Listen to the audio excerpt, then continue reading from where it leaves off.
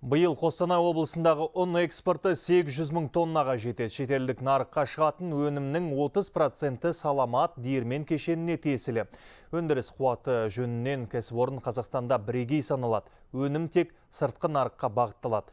Ұн өндірушілердің шетелмен әріптестігін нығайтуда Сауда және интеграция министрлігі Бәйтерек холдингі мен Қазақ экспорттық сақтандыру компаниясы қолдау көрсетіп отыр.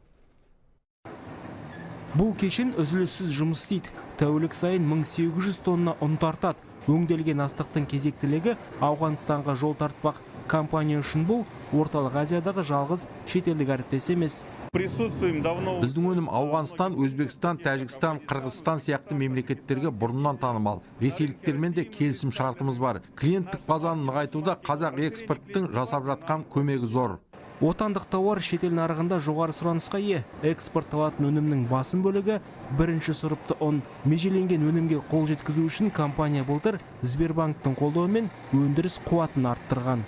Сыйымдылығы 1200 тонна болатын кешен салдық. Ол Орталық Азия және Қазақстанда теңдессіз саналады. Сөйтіп өндіріс қуатын 10 есеге ұлғайттық. Біздегі жоғары технологиялы жабдықтар бидайды жуып, тазалап, үгет. Мұнда сапаға ерекше мән берілген. Оның көрсеткіштері мен нормалары күндіз-түні қадағаланады.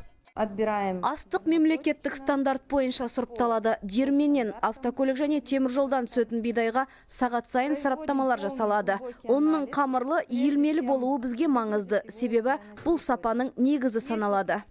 Өңірдегі ұн экспортының 30% дәл осы диірмен кешенінің үлесінде. Кәсіпорынның алар асуы әлі алда. Болашақта шетелдік әріптестік аясын кеңейтіп, Қытай нарығында мықтап орнығу жоспары бар.